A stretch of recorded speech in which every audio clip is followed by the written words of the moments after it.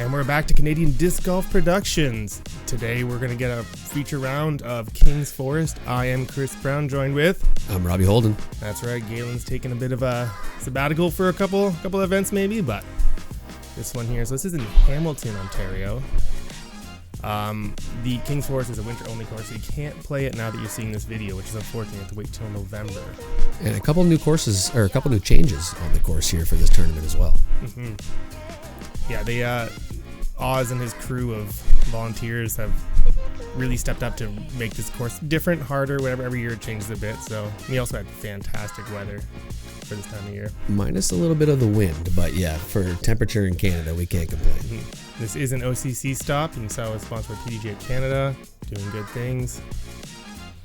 It's just Kings Forest is a long, open golf course style course.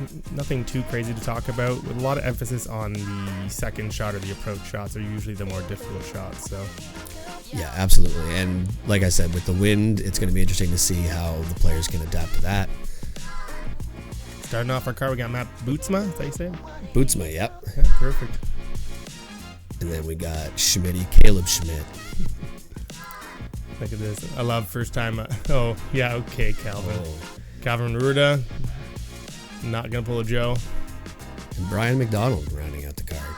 Yeah, fun little card to start us off here. We did not start, due to logistical reasons, we did not start on hole 1 for this tournament. We started on hole 8. Yeah, hole 8. It's a par 4, 508 feet. You have a OB river going up the whole left side, so you have a choice to either lay up short or really try and go for it.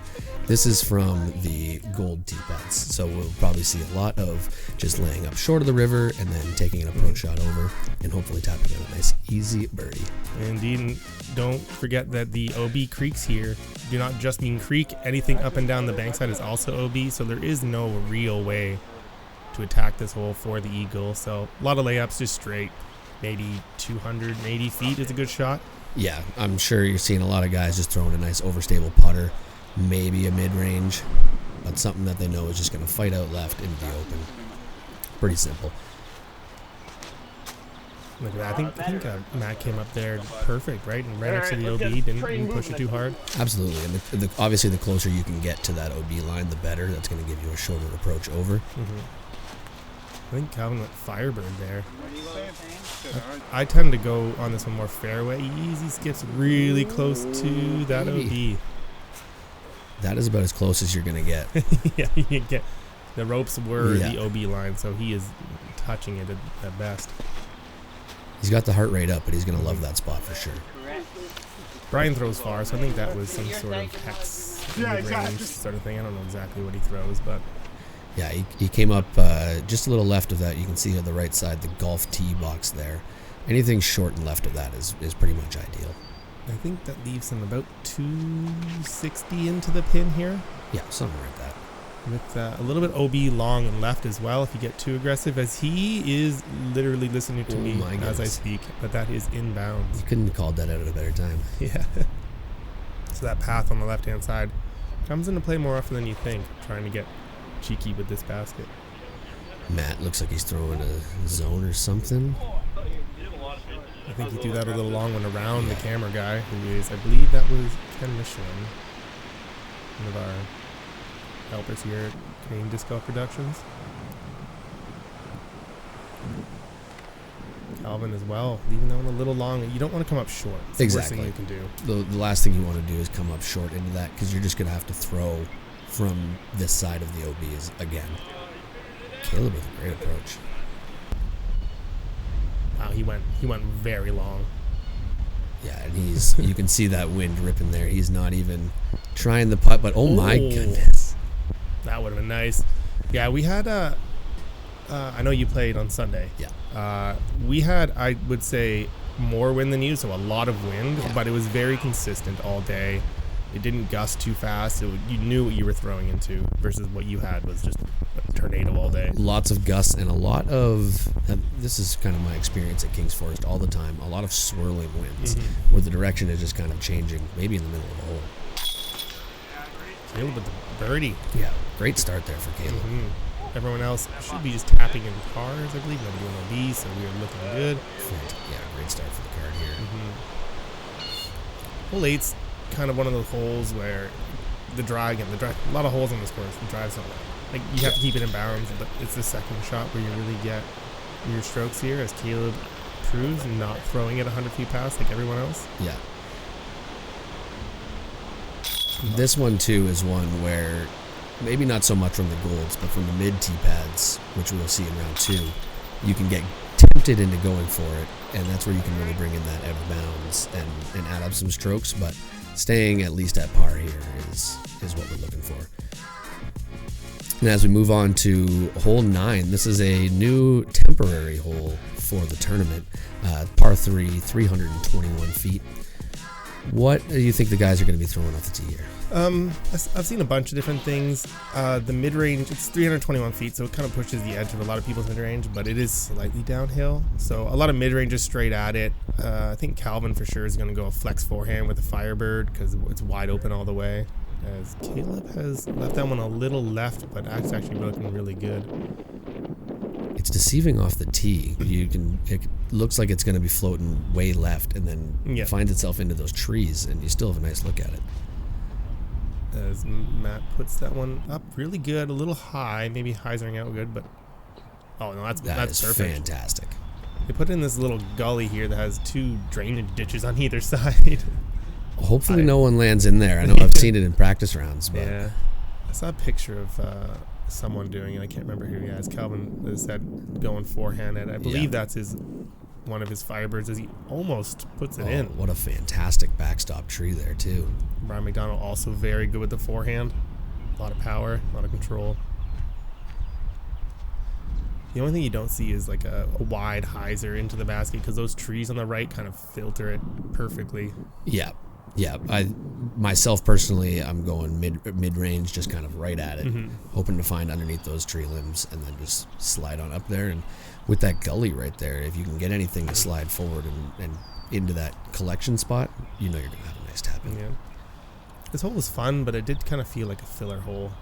It definitely was. Yeah, but it was worth adding because it was like this. We had, everyone in this division should be giving this a good chance at birdie, as Matt is about to take a bogey after that. No, it's not Matt. Caleb is about to take a bogey after that opening start birdie. Yeah, this is one in the pro division that you're definitely going to want to get. There really isn't anything in your way off the tee except for the trees at the very end. But even if you end up in those, most of the time you have at least a look for birdie, and you should have a nice clean up par for that. As Brian tapped in his birdie, and Calvin, I don't imagine him missing this. Seen this man putt way too many times to miss a 10-footer. That was as casual as it gets right there. Some awkward footing getting down into this drainage area. Yeah, that happened a lot here, coming just with the way it sort of, you could be 10 feet from the basket and have nothing if you're on one of those routes, sort of like Matt here. Threw some stuff out of his way. And a nice little tap in. Yeah, just moving on. Again, a little filler hole, but as you see, it still provides some difficulty getting only 2 out of the, finishing at only just 1 below par. Look at this slow-mo. Thank you to Alex Michelin for getting us a slow-mo footage. Oh, that was gorgeous. On to hole 10 here, Chris. We got a par 3, 328, a little bit uphill, so probably playing more 380, 375-ish. What are we looking at here? I don't know why. This is honestly, I don't know what it is. I cannot reach this basket. It's just like you have the perfect amount of hyzer flip you need to get straight up the hill and not hyzer onto the green left or go over the OB path right. It's just, it gives me a lot of difficulty. So I don't know. To me, it just seems really far. It's really good, well played, well designed hole. It's just difficult in my mind. I love it too with the way that the basket is placed up there. You really have to, if you end up too far right, you see all those low branches there that are basically going to leave you with no putt whatsoever. And if you're a little too far left, you can end up on the green there or have that V tree also obstructing your putt as well. So you really have to find a nice middle ground where you want to place your drive to have an open putt. Again, every bit of 400 feet in my mind to get all the way up there. as Brian just leaves out a little bit left. Still in bounds, though. Yep. Could have gone worse. That green comes in quick. It really does. Let's see if Matt can get this corrected and get up there. This looks like a fantastic line, wide. As long as it comes up. Yeah. He got there on hyzer. That's insane. Fantastic drive. Assuming some sort of fairway driver. You think so? Wow. Caleb going the same. Wow, Caleb getting this out straight, though. He's really pushing towards. Oh. Caleb finding that OB. Now that I remember this, Caleb was telling me that he landed, because that's exactly where I landed, and he was telling me that as we were walking by each other. So I remember that now. But it's just, yeah, that's the thing. He threw a great shot, basket high, but it was a little bit right, so now he's OB, laying up for his 4. And Brian doing the same for his 3. This is for Calvin's 2. Look at that flag rip. Yeah, the wind is really starting to pick up here. It's a rare miss from Calvin up the hill. I know the footing wasn't great because, again, you're pushing into a hillside, but... And now he's got this really weird line coming back. Has to go to a knee, but straight money. That was huge. That's what you need to get your confidence going after, realistically, he missed the first hole with a bad upshot and then missing that putt. That'll get him going. Yeah, talk about what that can do for your confidence going forward and around, having a big, especially a comebacker after you've just airballed that first one. Yeah. So that's it's so important to at least make a long putt early in the round. I always tell people on the first hole, just run the putt no matter where it is, and either you hit it and you're gonna have a good round, or you miss it and wasn't gonna happen anyway. Yep. So Calvin's got that one charged and he's ready to go. We move on to hole 11. Before we move on, Matt Bootsma with the only 2 of the day. Oh wow! Up that hill. That's hyzer the whole way. That's crazy. And he was basically parked. Yeah. Anyways, going on to hole 11. Hole 11, first par 5 of the round here, 886 feet. I think that might be longer from the Golds. Am I mistaken? I don't think so. No, okay, so it's still 886. Most players playing out into the fairway. This is, just all about the placement shots and where you can eventually get up to the basket. Yeah, I think 886 makes sense if you go straight at the basket, but you just physically can't because of the trees. There's the trees and that pond that's there as well. You can't see it here in the shot, but there's a big pond that the players are going to be going around and then eventually curling up left. Matt getting this really turned. Wow, that turned over a lot, but it looked like it was so good out of his hand and then the wind, because if you remember correctly, he is throwing directly into a headwind right now. Yeah. And this is where you can really start to notice the wind out here at Kings. Bunch of wide open fairways.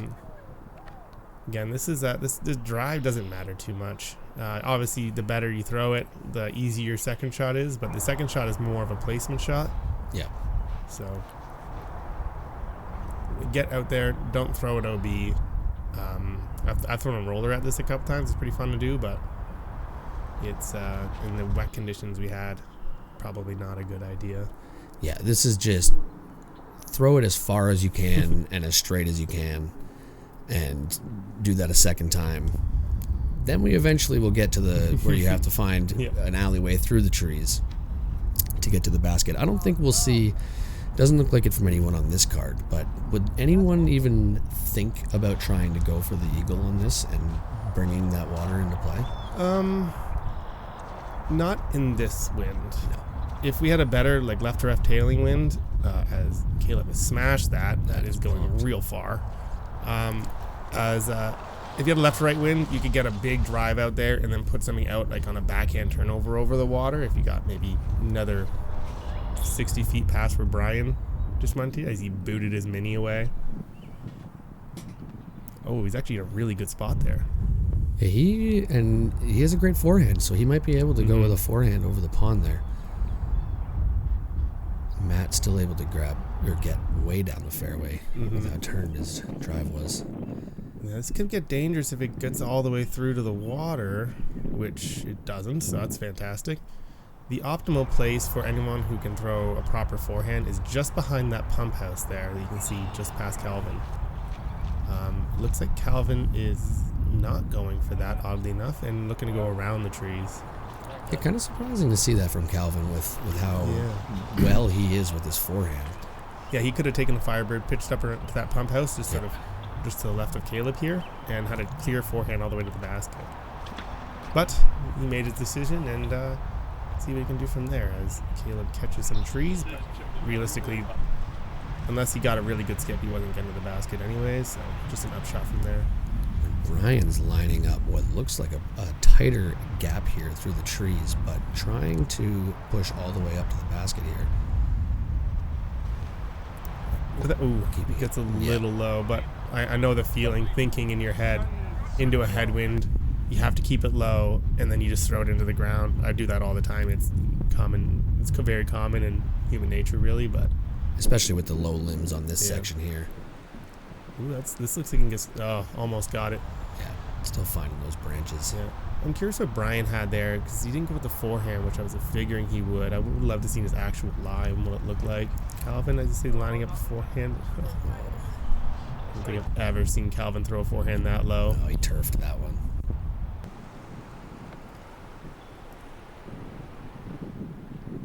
That's good. He's out there. He's 20 feet away at worst. Nobody really making this hole easy, and it really is if you just play it as a par, play it for the 4 and just try to take your easy shots. But these trees can get tricky. Oh, fine.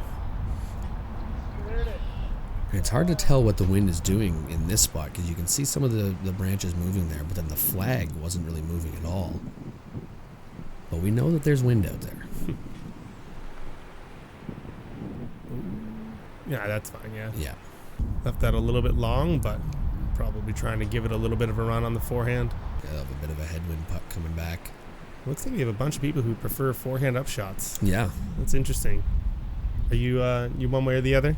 I am definitely backhand dominant. It's probably the biggest thing in my game that I'm trying to work on these days is working on my forehand game. But these guys had that dialed in. Matt with a great approach there. Caleb with a comebacker into a bit of a head crosswind. Yeah, any day I'd be like, this is fine, but with this wind, especially with the way Caleb putts, he's probably not thinking about the wind too much. No, that was super confident. Wasn't in his head at all. Especially after that 4 he took 2 holes ago. Yeah.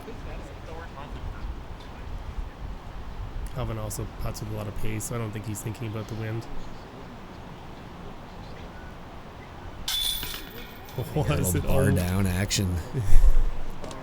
Calvin being the character that he is. Oh, definitely got it. And this looks like quite the fun card to be on. Got some high fives going. Gotta love the early camaraderie. Brian takes the bogey, which I'm not remembering a 6 shot, but I'm sure it was in there somewhere if you rewind the video. And that there, cleaning up a par. No birdies on the day. None at all. None from the goals, that's for sure. And casual.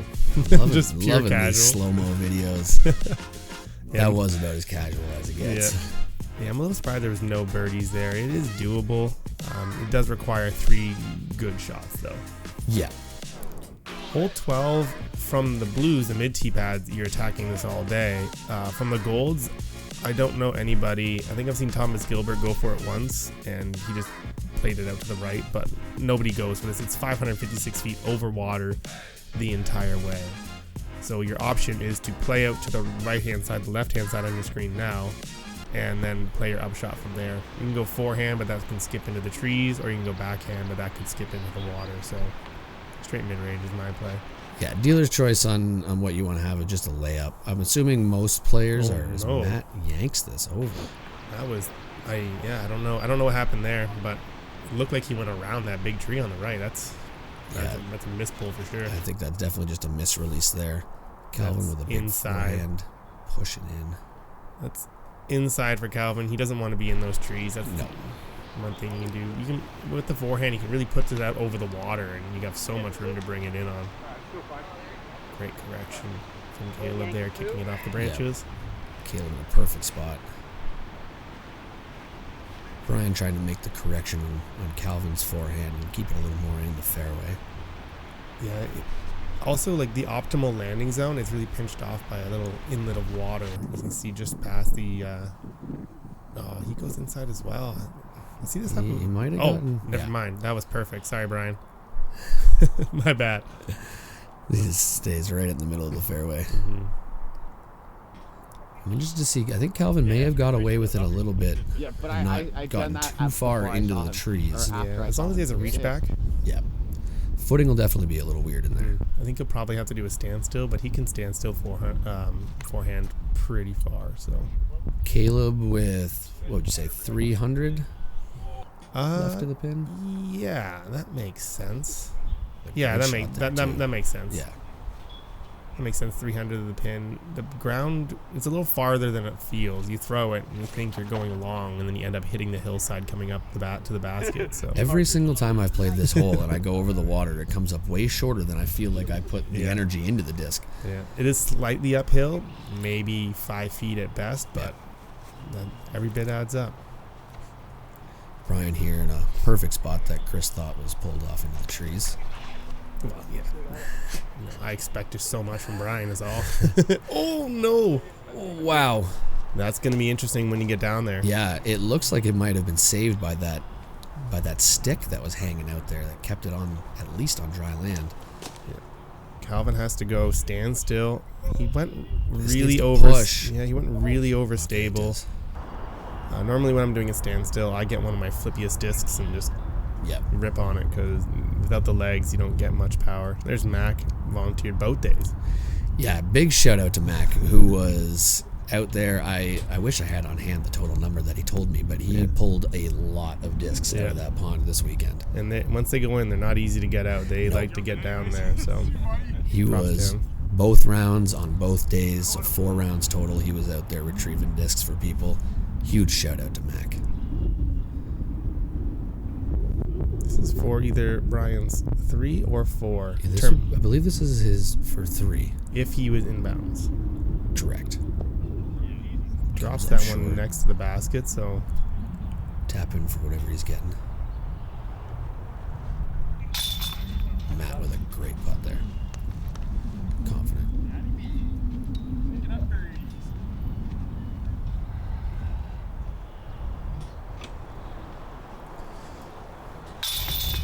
oh, I love Caleb's putt. Just right from the stomach, spinner right at the basket. Yep.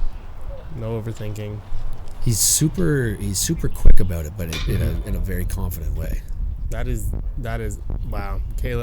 Calvin missing that putt is something. Taking the bogey. I would call a birdie hole. That is one he's going to want back for sure. Happens when you're looking at water into a headwind. Yeah. Oh, nice. We got another look at this putt. Smooth. Moving on to hole 13, par 3, 335 feet. A lot of players that I've seen on this will take kind of a high hyzer over the trees. This is from the Golds.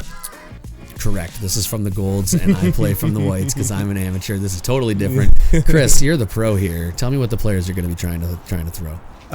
You can go fairway or first off, a forehand is going to be probably 2 out of the 4 of this at least with Calvin and Brian, which is very good. But I think an overstable distance / fairway driver on an anhyzer, because you need to keep the height the whole way because you have to get below the branches.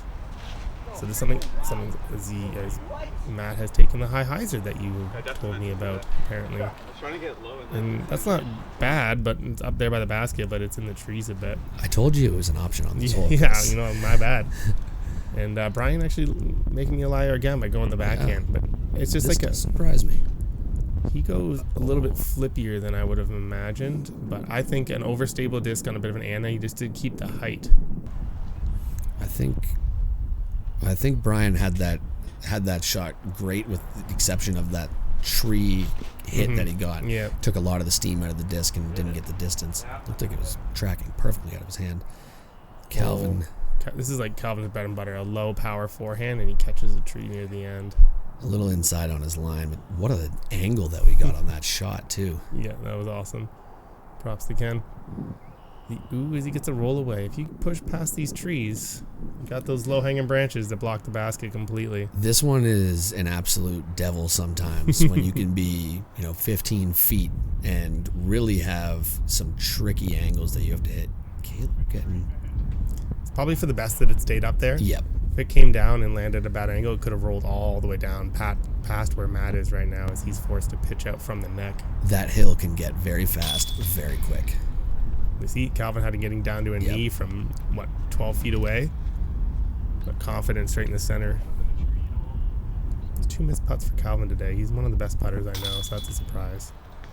Yeah, looking to pick it up here a little bit for Calvin. Only 2 twos on the day for the gold tee pads. That's from Chris Allens and Mr. Andrew Leyland. Nice. Those are some great birdies to get. Yeah, those are incredible. I don't know.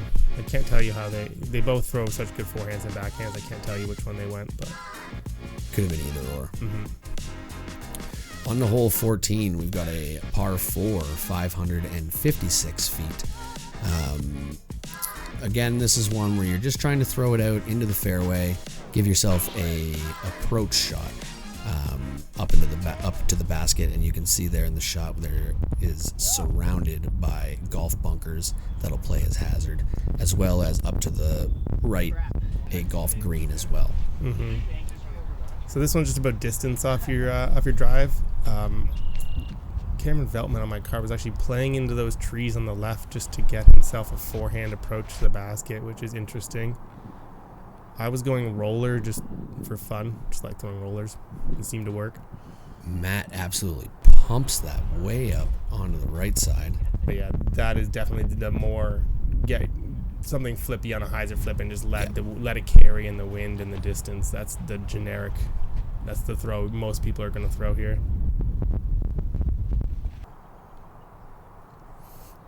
Brian lining up that exact play. Maybe not quite as much flip as he would have liked.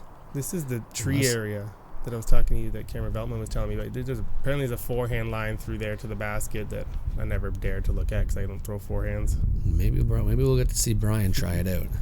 Calvin switching to the backhand. And that is smashed. Yeah, that looks picture perfect. Mm-hmm. I think I personally like to get a little more Annie just to get the full flight out of it. But Agreed. As far as gap hitting, it can be a tricky gap to hit if you're trying to go for full power. So as far as gap hitting is concerned, that's a great play. Realistically, as long as you can get down to where Caleb is there, down into the flat with an open shot. Oh. Unfortunately, Caleb comes up onto the golf green. Yeah, that's rough. He definitely pulled that way right. Maybe expected some wind to help him out. Did not get it. Interesting where they're going to mark him if they think he touched in bounds there or not. Brian not opting for the forehand. Nope. Fortunately, clipping a tree there. Been there, buddy. I know your pain. There's a few in that area. Yeah, he was so pinched off. He had no backswing ready for that. So that's a tough spot, and that's going to leave another really tough putt as well from distance. Look at that flag going still. I love playing in the wind. It's just so much can go wrong. It makes it so much more difficult. Oh, and this is a common mistake, just not giving it enough. There is an OB path. Call it 30, 25 feet past the basket. Yeah. So that will stop you from really running the second shot as Calvin gets the unluckiest bounce you can imagine. Oh, that is just heartbreaking.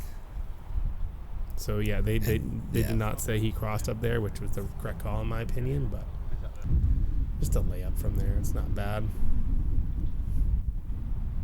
Brian, I believe, is this for his par or would this be for bogey already? This is for his par because his second shot hit the tree. Right. That was his third, laying up to tap in his bogey.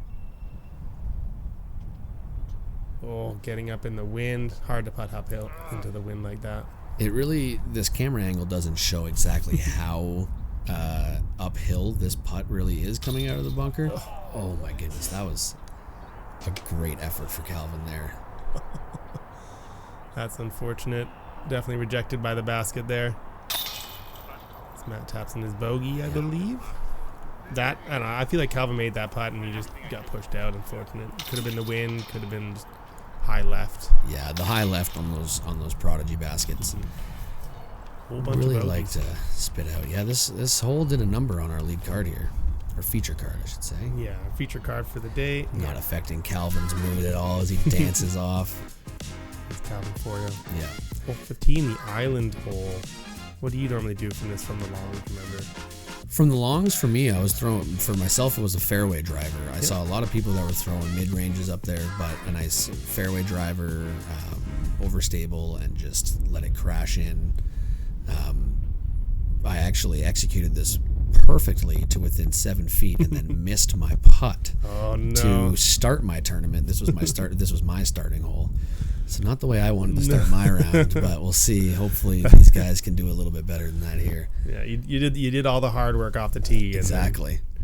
So we had a huge left to right wind. As you'll see, Matt's disc is about to drop dramatically. It did not drop as much as I thought it would, though. That is really what has been, killing people on this hole is just getting wind slammed down.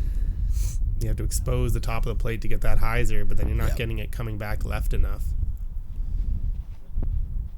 Brian put a good angle on that, and that's going to be ace running. Oh my goodness. Yeah, that's ace running. Yeah. And this, of course, was the elevated ace hole during the tournament. So if anyone connected on this, they were going to get, I believe it was a pound bag? I think so, yeah. With all the pound sponsorship there on the basket. This was on a move. Yeah, that was there. Brian with the plastic playback showing us how to do it.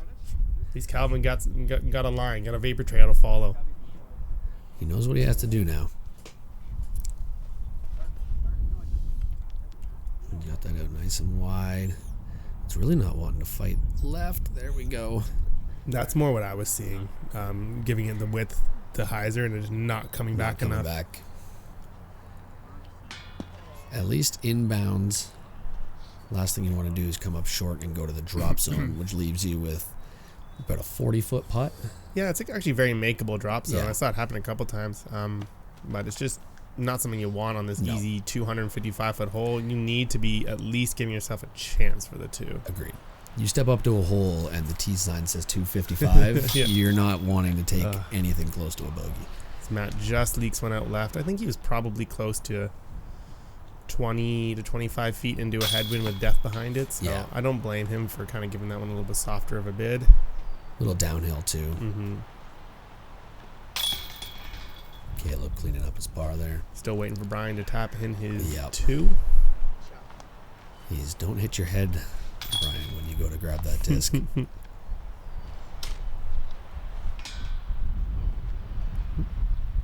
This is it's not even one of our. I'm looking at our the stats here, and it's nowhere near one of the easiest. I guess there was a lot of bogeys taken, not evident on our feature card there. I would assume a nice balance of people getting birdies, but then people missing the island and taking a bogey as well. This is another new one that they put in for the tournament, hole 16, par 3, 334 feet, teeing off from this elevated tee pad that you see here with, I'm assuming we're going to see a lot of forehands here. Pretty much the play. Brian gets over on that one a little bit hard. I don't know if he felt he had tailwind or something like that, or if he just missed through that. But he's safe. He'll be looking for an easy 3. This is looking great. This looks fantastic. Oh, no. My goodness. So that tree can either save you or hurt you because those branches stick out and block every avenue depending on where he landed around that tree. It can leave you with absolutely nothing. I think he's going to be close enough to it that he should have a way around. Might be a little tricky, but I think it's close enough that it's not a big deal as Matt puts one up their basket high. Matt from there is going to have, with those branches, basically no look at actually trying to putt at it. I'm assuming a layup will be coming. Calvin gets this sawed off. But it gets way up there. Yeah, and it went far. He just got unlucky with, he just left it a little inside. And that's one thing, if you get into these little bushes, short, right or left, there's no way out. It's a wall. It's a miracle you can even get into them the way Calvin did, but he had to come out of it. And that's all he had is a little scoober. Yep. And Calvin's a tall guy too, so using every bit of the height to go over top of everything. Great run from Brian Fantastic. There. You can see here Matt Those branches. I think he was trying for that. Like, do Yeah. you think he was trying to like push through those branches? Because there's no way he's going around it and getting it in. It was hard to tell from our angle exactly how much of the basket he saw on that side of the tree, but it looked like he was definitely trying to give it a run there. Yeah, not playing too bad.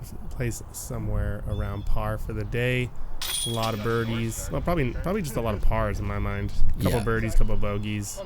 If you get unlucky in the trees early or get caught behind that thing that's poking Matt in the ear right now, you can easily get a bogey. That's what that can get really annoying. For me on this hole, as someone that didn't really have much of a forehand and didn't want to risk the right side like Caleb did, he executed it perfectly. I was playing this for par all day.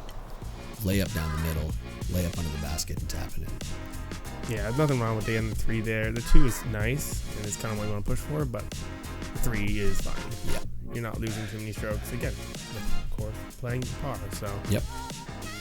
Moving on to hole 18, another temporary hole, slightly modified version of the hole that's usually here on this property.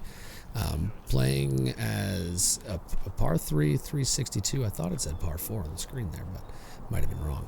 Mm-hmm. Definitely a par 3. It's definitely reachable. Yeah, absolutely. You take whatever your generic overstable to stable distance driver and just put it on a little hyzer out to the right, and every MPO player has that in their bag. Yeah, it's a very stock shot for these guys here. Brian looks like he threw it perfectly. It's just whether or not he has the distance, which he is a little short, but putting. The one thing, too, about this course at this time of year is right down in where Brian landed there is a mud pit. So you're not getting any skip or anything if you come landing in there.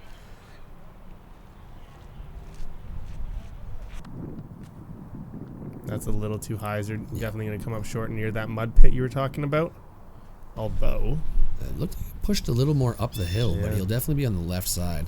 I think I'm definitely underestimating Matt's power to release a disc on that much hyzer. This is looking nice. Just a little short down the hill for Calvin, but he's looking right at it. The edge of circle? Yeah, probably. I find this one... Is that where Caleb's drive went? That was a mash. Wow. I find this one, off the tee, you can look at it, and it seems shorter than it is. You have to... It plays every bit of 360 feet, so if you don't look at the tee sign or you don't really think about it, and you try to throw like a fairway there, you're probably going to be pushing just to get up to circle. Oh. Matt comes up short on his putt and gets a brutal roll away. With their basket on a hillside. There are a lot of them out here.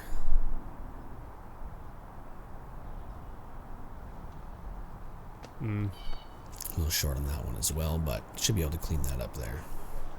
Calvin looking for birdie here.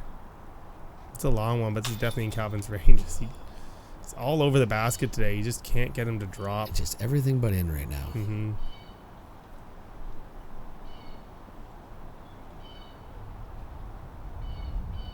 Brian taking his time. And then he puts it worth the wait. Definitely take your time and make sure you're focused, especially in windy days. Yeah, and especially when you see that flag, it starts to die down, and then it picks up again, dies down.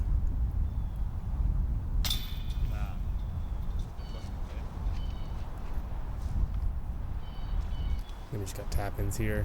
Again, you saw Calvin miss one similar to this earlier in the round, but he's not going to miss two. No. Oh yeah, I'll go to like. All right, a bunch of got a bogey from Matt and a birdie from Brian, and par on the hole for the card. Yep.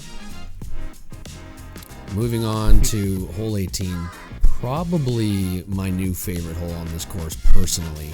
This is a new addition for the tournament. Playing as a par 4 with a Mando that you have to go around, and this golf cart path on the side here playing as OB as well.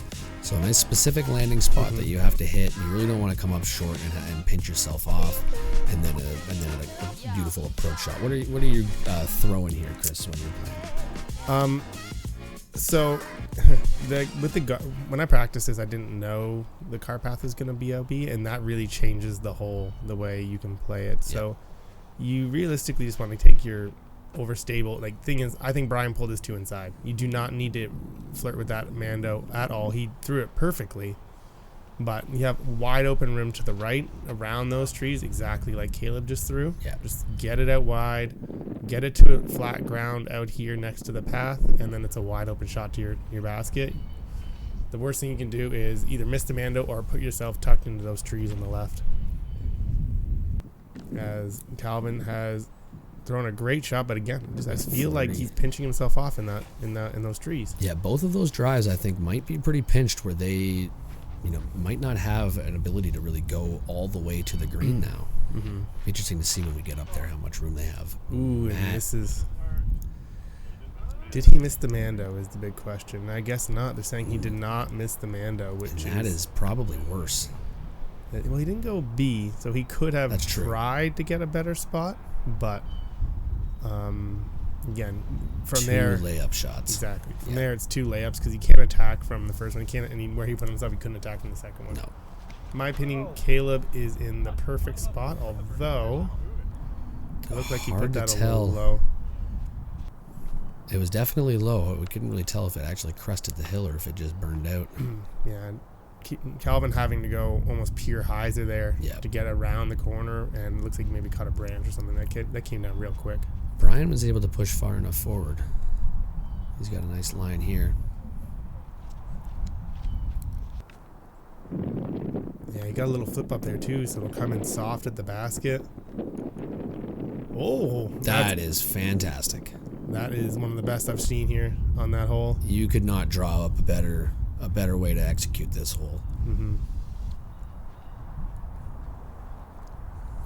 So Matt here is throwing his 4th, and still tricky upshot because you don't want to go OB, so you're throwing something kind of fast coming right to left, and he puts it perfectly into the wood chips. Executes it perfectly. Just wanted to get off this hole, I'm sure, at this point.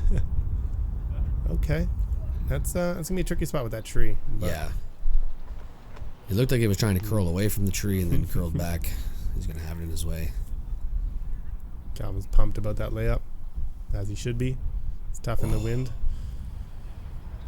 It is downhill. I know it doesn't look that way. I like the commitment from Caleb there. It's quite a bit downhill once you get past where Caleb is putting from there as he smashes that comebacker. Such a confident stroke. So we didn't actually see what happened to Caleb's second shot. It must have hit the ground and rolled into the trees because it was looking good, but a little bit low. Some mat taps in there. This hole came in the 4th hardest hole, playing 0.6 over par, and this is a par 4, so playing almost 5 strokes average in our field today, which I can definitely see. We had 2 bogeys on this cart, I think, already. Yeah, once you get around that corner and you're throwing up towards the basket, if there's a headwind, which these guys are dealing with, definitely going to make that a lot tougher. And Brian just tapping in his casual birdie 3 from one of the hardest holes on the course. Absolutely parked.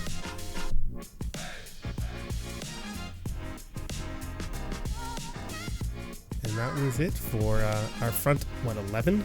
Because there's Front 21 11. holes. Yep. Front 11. I may have said front 9 earlier, but definitely front 11 holes. We got some extra content for you guys. We are doing Brian sitting 2 down through 9 holes. Calvin and Caleb 1 up, unfortunately, and Matt, that last hole puts him to 2 up. Yeah, a bit of a slow start here for guys, but looking to pick it up with the rest of the round to go here. Yeah. So definitely windy conditions, definitely hard to putt in the thing. It's also middle of March. We could have had a foot of snow. It was very, very gutsy to run a tournament on this weekend. Absolutely. Great to be here. Guys, subscribe to the Missed Mando podcast. You can find us on YouTube, and we're putting out new episodes every other Thursday. Yeah, I'm really looking forward to listening to that podcast. Really good you're doing that. Thanks for tuning into Canadian Disc Golf Productions. We'll see you back for the back 10 for the Kings Forest Open. Can't wait.